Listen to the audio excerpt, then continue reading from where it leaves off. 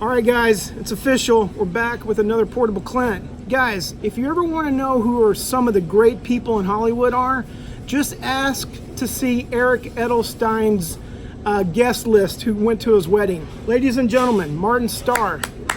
Whoa, whoa, whoa. There he is right there, guys. Martin. How's it going? Good, buddy. How are you, man? Good. You and I have known each other without really knowing each other for, I don't know, 15 years, something like that. You'd call it a superficial relationship? Superficial relationship. Okay. I thought we had something deeper going on. But... Well, no, dang it. You got me on that one. Okay, Martin. To talk about your career, I feel like I need to back up, talk about your mother is an actress as well. Let's talk about her career. Did she move out to Los Angeles to become an actress? She must have been 21. She moved out because she felt inspired in college where she was taking theater, and she had a teacher there who told her she should go out to Hollywood and make it big. Okay. And that was, in some ways, the beginning of my push into this business as well. Exactly. And your mom has a nice IMDb list. I mean, she's worked. Yeah, not bad, huh? Not bad at all, man. All right, so she has you. She gives birth to you in Santa Monica, California. Is this true? It's like you were there. I know, right? What was that, like 80, 87, 82? What was 82. that? 82. When? He gave up. That was a pretty big window buffer there. Yeah. So let's see if he's going to lie about this by 5 years. Okay. For the longest time, she didn't tell me her age. Really? And I found it on an old driver's license while we were like going through boxes moving one time. And I found out how old she was. I'm not going to tell you. Sure. Because that'd be rude. Right, of course. Son never tells his mother's age, as they say. As the T-shirt says. But for a while, she didn't tell me because then I would tell people, and she was keeping it hush. You know, right? Yeah. Hollywood's very secretive about their female ages. Well, that's what I was going to say. So this was basically your mom's card in Hollywood not to reveal the age. If she lived in Baltimore, she would tell everybody her age, right? I don't know. Well, I feel like it's something I don't understand, but just because I haven't lived it, I can't relate to it. But I gather there's some mystery in it all. It's probably valuable, just especially because my parents divorced when I was 4, so then she was single for big periods of time. She's single now. If anybody's looking.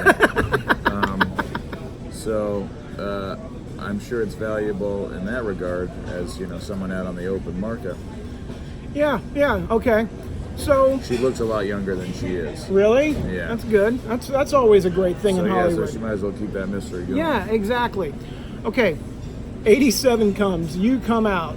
82. 87 comes, and I was 5. Right. Okay. When do you partying? When do you start getting the acting bug in you? I remember it happening most when I was in an improv class when I was younger. I want to say I was 9 or 10. 9 or 10. Your mom is sending you to improv class because she wants you to do it, or is this something you're going, Mom, let me do this? Well, she had a business that kind of revolved around acting, where she was producing workshops, and I would go in there and do scenes with actors who had moved out from all over the country and were trying to find their footing in this business. And then at some point, it just made sense for me to be around people my own age, because I was the only kid there. The only people that were taking those classes were adults. So at like 9 or 10, I started this improv class at Center Stage LA with a really great teacher named Kevin McDermott,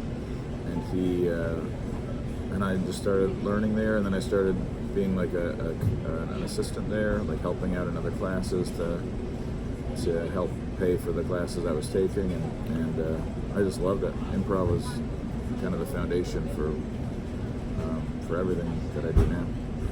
Okay, before we get to your first big booking, which I'm going to go ahead and reveal now, was Freaks and Geeks. Oh, not the McDonald's commercial? Well, no, we're going to get to that. Oh, you actually... But let's talk about some of your bookings before that, i.e. your McDonald's. Was that your first commercial booking? No, I think I had done I've done a few other things. The only real things I remember though is my mom and I had done some weird movie where we played mother and son, and I don't think we said anything. I was in the movie Hero as a kid who says nothing. Okay, but let's hold off right there because you have on IMDb your name is Martin. What's it under? Your Hero booking. Your last name might be under Shimley. Yes. So you had a different name, different last name. When and why did you change it? Did you change it for the entertainment purpose? I guess so. I mean, really, I changed it because my mom had changed her name, and she thought it would be advantageous to change my last name to something someone could pronounce that was easier to pronounce. Sure. Which is the same reason that she had changed hers, and because she had seen a psychic, I believe, who told her it was in the stars for her to be St. James. I think there's more to that story that I don't know that she could tell you, but she's not here, so. But then she just kind of pushed me for a little while to change my name, and eventually I just said Starr, Martin Starr, and then I think she really made that happen. I was only 15 maybe when I did that. Were you walking around with one R at one time, and then you thought it would be better to have two R's? It was very like spontaneous. Okay. She pushed hard enough, and then at some point I was like, okay, Starr, 2 R's, that's it. Okay. I'm done. We're not having this conversation anymore. Okay. And then that was it. All right. I'm sure I was being a little shit in her eyes. Sure. But I mean, that's what we do when we're kids. Hey, it's what we're best at. Hey, so you do Hero. Uh-huh. Do you see Dustin Hoffman on the set or anything like that? I met Andy Garcia. That's right. And I met Gina Davis, I believe. But Andy Garcia, they both signed my cast. I had two casts. The craziest thing I remember was like a physics lesson to me, which they have this saw that they use to take the casts off. Yeah. And somehow it cuts through the cast, but doesn't cut your skin. The way that the blade is hooked, it like comes, somehow it cuts, and I like felt the saw on my skin. Fine. Totally fine. So there's a real magic trick in there. I don't trust them. I'll be honest with you. I still don't trust doctors to this day because of that saw. Really? Okay. At this, how old were you when you did Hero? Oh gosh, 12. Okay, so I don't remember. Okay, that's good. Don't quote me on that. I'm not going to quote you on that. Don't you quote me either. But I guess my question to you at this age, what is it that you want to be when you grow up? Do you know exactly what it is, or are you just being a kid, just going to these auditions and working? I loved doing this, but I never really expected anything out of it. I always kind of wanted to be a veterinarian. I always loved animals. That said, I tortured the fuck out of animals in a very unhealthy way at certain points. I had one cat named Luther because I was told that I was named after Martin Luther King and my Uncle Martin, my great Uncle Martin. And so I named our cat Luther, and I would throw him across the room onto my bed. Luckily, I never actually hurt him because I would feel real terrible then. But the only way out was through the door that I was standing in front of. So he would land on the bed, check his surroundings real quick, always land on his feet, thank goodness, and then try and get past me at the doorway, and I'd pick him up and I'd throw him again, and it was the worst cycle for him. Somehow I found joy in it. I can't explain why kids are so terrible to animals. Right. But I've grown up to be a very loving and respectful friend to the animals. Well, good, man. That's good to hear. Yes, things have changed. Okay, so you're not wanting to be, you're not saying, Mom, I got to be a movie star. You're just going along with it, enjoying life, being on sets with Andy Garcia. Okay. So that's 12, you're around 12. When do you book Freaks and Geeks? 16. What do you do between 15, 16, yeah. What do you do for those 3 years between? Are you still just going out on things? No, I moved to Florida for a year and had a year of school. My dad and I moved to Florida, and he got remarried there. And in that period of time, I realized I couldn't.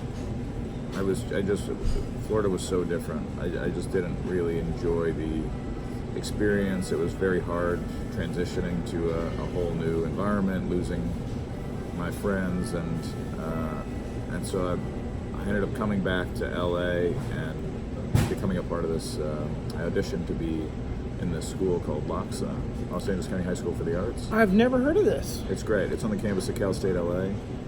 It's amazing for young artists. You have half the day is dedicated to your art. So there's Wow, man. Dance, music, theater, and also visual arts, so like Yeah. painting, drawing, stuff like that. And they might have added other things, I don't know, but at that point it was those 4 focuses. So half the day you were learning Spanish, math, history, and the other half of the day you were focusing on your art. Wow. And it was really incredible. Yeah, I like that. Okay. I guess I keep wanting to go to Freaks and Geeks, not just because it's Freaks and Geeks, but because I saw your audition tape last night. Okay. Oh, nosy. Nosy. But here's my thing. You were really good in that audition. The audition that's online right now, was that your very first audition that you, I guess let's hold on.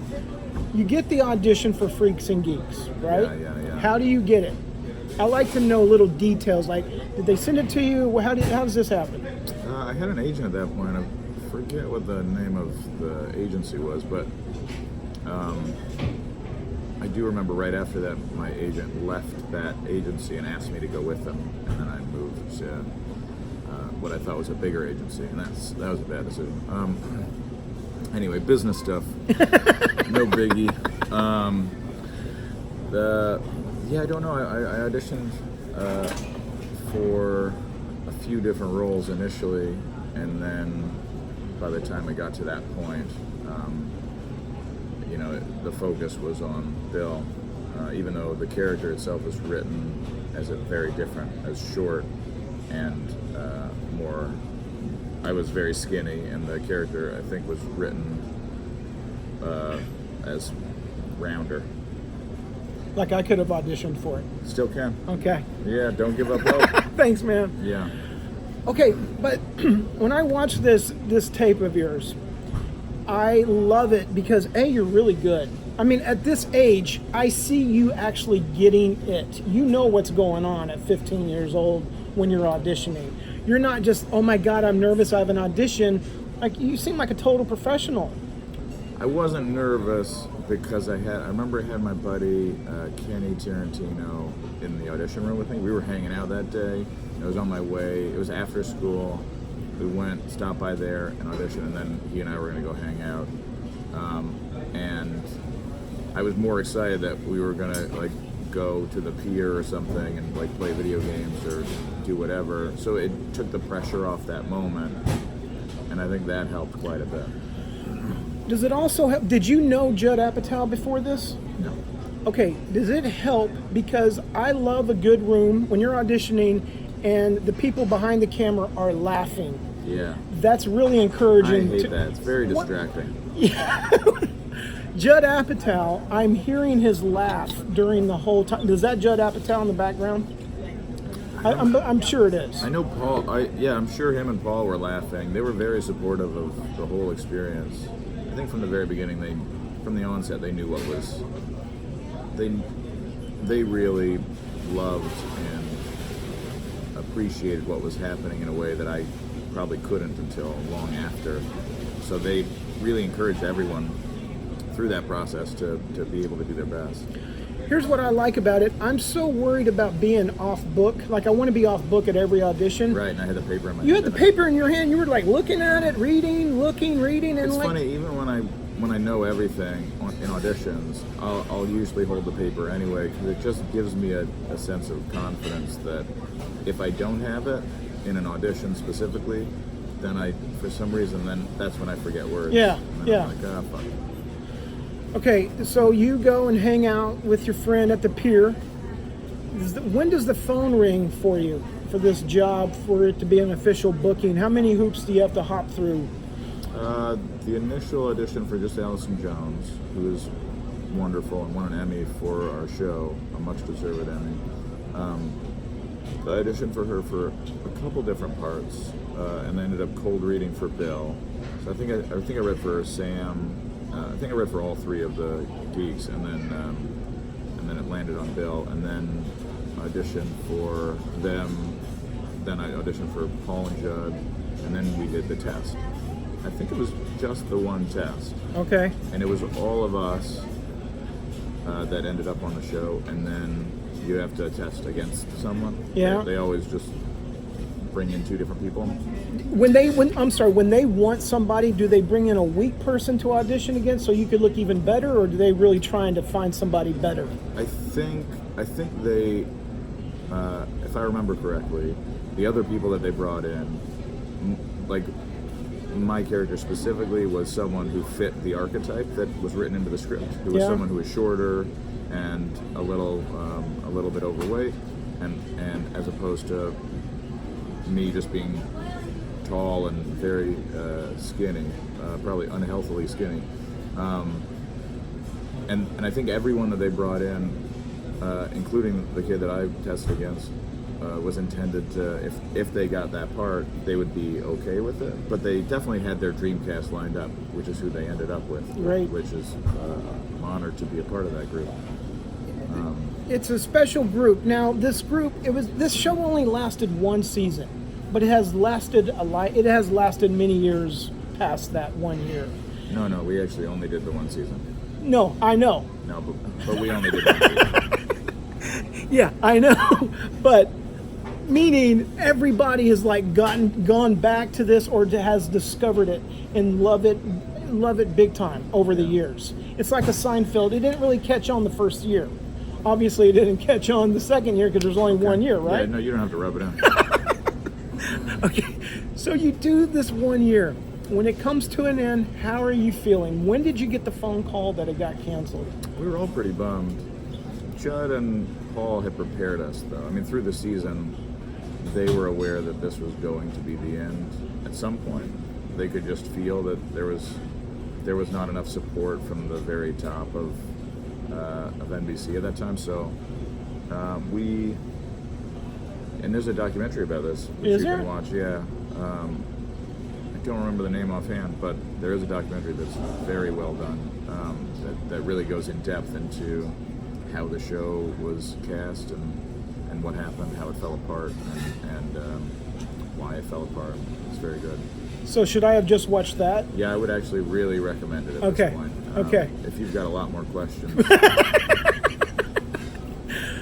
Okay, you know who one of my new favorite people are? I don't know if I said that correctly in English, but one of my new favorite people is Tom Wilson, your coach.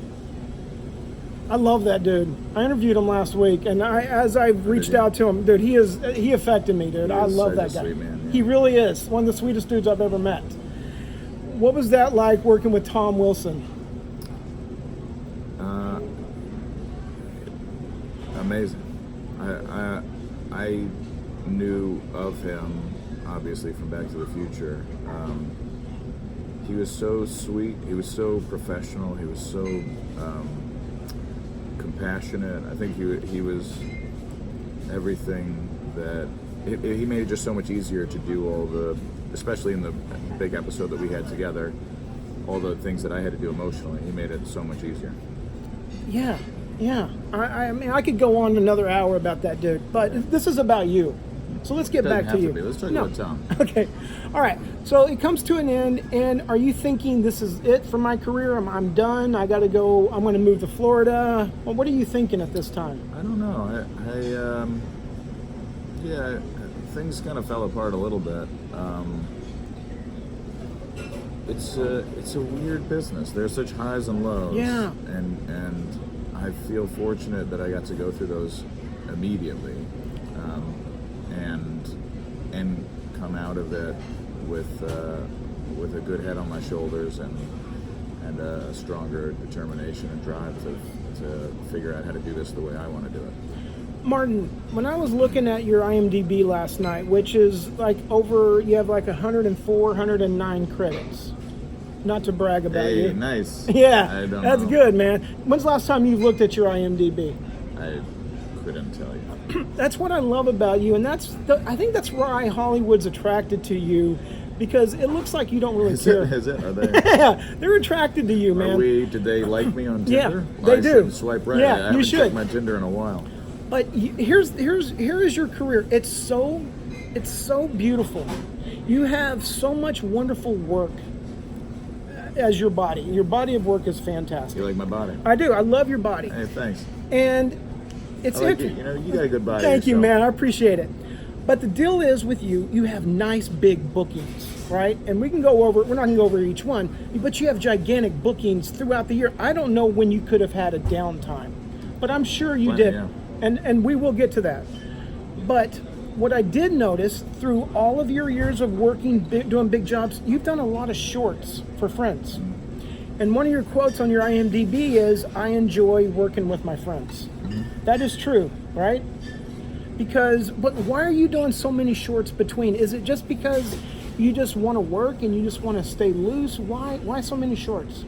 I enjoy. I'm inspired by so many different things, so it doesn't matter where it comes from. I try and read as much as I can, and if I have time, I'll do things that push me and that inspire me and that I think are interesting. So, and it's nice to stay busy doing the thing that you love. That hasn't changed. I think one of the things that I learned from Judd, which I think Seth and Jason and Franco all have done really well, and probably everyone on the show has done really well, is I've been pushing myself over the years more and more to write and to create things, and it helps keep you busy and stimulated when you're not working as an actor, and it helps propel your career as an actor as well. So that keeps me busy in my downtime, or at least I try to use that to keep me busy. Martin, so as I said about your beautiful body of work. Again, You're welcome. don't know how you saw those photos, but I appreciate it. Okay. When was a dark time for you? When was a dark time for you in Hollywood? It was my early 20s, and it was real slow and suppressed. I think that was when depression really hit me the hardest. And it's not unusual. Like, I think depression is innate in being a human being. You struggle with the highs and the lows of life anyway, but in this business, they're especially high and especially low. Yeah. And so that was like a real tough time where I had to figure out who I am. And I think that was a journey that began to go much deeper at that point in my life than it had before, and it'll continue until I croak, which hopefully is not anytime soon. Yeah, amen, brother. When was the last time you woke up and worried about your career? Today.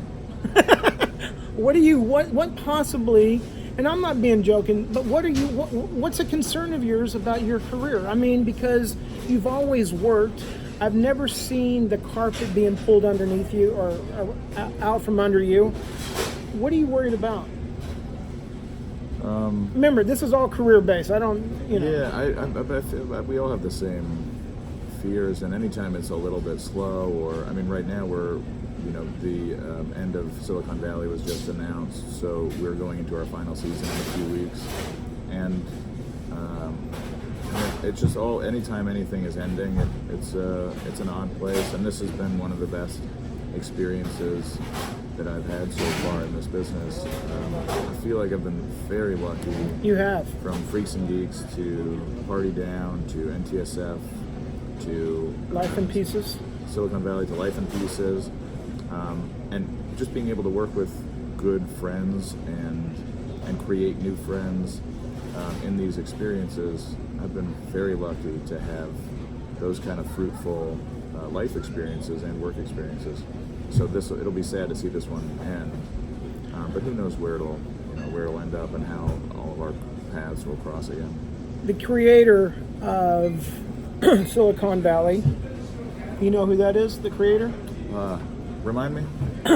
He created Beavis and Butthead. Oh, James Vanderbeek. Yes, James Vanderbeek. I'm terrible with names. By the way. I really should have started off with that. Mike Judge. Mike Judge. Yeah. What has he taught you? He's very thoughtful in the way that he approaches comedy and this business. I've learned a tremendous amount from him. I remember on the pilot, and unfortunately I don't remember the exact line, but I was saying a line differently. I had taken some liberty, and I had moved words around that to me felt more comfortable. Do you do that a lot? I have. I may have gotten into a habit of it on Freaks and Geeks at times that sometimes serves me and sometimes doesn't. And this was a case where it just kind of reminded me to try different things. Okay. Because I think if anything is my strong suit, it would be that I try to keep it fresh with comedy specifically. Drama is obviously a different game, but with comedy, you have to keep the energy there, and so you have to find it and figure it out and play with it and tinker and hope that somewhere in there everyone worked together and we got it right, as good as it can be. And there was a moment where I was saying a line and Mike came over and just altered it back to the way it was written, and it was obvious that he specifically had written that line and had it in his head a certain way. He was like, try it this way, and I did, and it felt perfect. It just and I was like, okay, don't stop. Like I think I might have even come to him and I was like, this doesn't quite feel right, and then he shifted it and made it right. I was like, okay, that's why he's a genius. Yes. And I should never stop learning. Never stop learning. That is so true in this business because we're surrounded by so many talented people. Why wouldn't we want to learn from everyone around us? Yeah. It's already at the 27 mark, so Oh boy. yeah, here we go. They've already tuned out. No, they haven't. Listen. Game over. What has been the toughest time? I'm not talking about dark or depressing. When was the hardest time on a set for you? Because you've been on so many sets. When were you locked in a situation where you're going, I am in a mess here. I am in a situation I don't want to be a part of? There were I feel like Judd taught us specifically just to be a little firm in our determinations and who we are and the choices we make as a whole. Not to take jobs that we don't want. Not to make decisions that work against where we want to be and the kind of work that we want to do. Which is easier said than done. Absolutely. Because when you're an actor, you want every part that comes your way. You have to figure that out yourself. As much as I understood those words, I had to make a few mistakes before I really understood what that meant. And there were jobs that didn't feel bad at the time, that when I said yes or when the opportunity came around, and I took it. But I remember being on one specific set. I won't name the show or the network, but I was in kind of an uncomfortable position, and in front of, and there was a line that didn't make sense to me, and because it was a big network, the way that they expect things to be done is exactly as scripted, and there was one particular line that didn't make sense, and I had a connection to the writers and the producers, and so that's how that job came about, and so I thought it would be pretty relaxed. I'd been in those situations before, and I didn't really think it would be an issue if I had altered something the slightest little bit, and I don't remember, it was about the, I don't know, it was such a simple change. Yeah. It was, and on set in the middle of a take, through a bullhorn, I was like told from the other room to say it a particular way, and I had already talked to them and said, this doesn't make sense this way, I'm okay to do it as it feels right. Right. And I had gotten the okay, and then that happened, and it just made me made me want to get the fuck out of there. So yeah, that I wouldn't say I regret it, because it was a good learning experience, and it helped me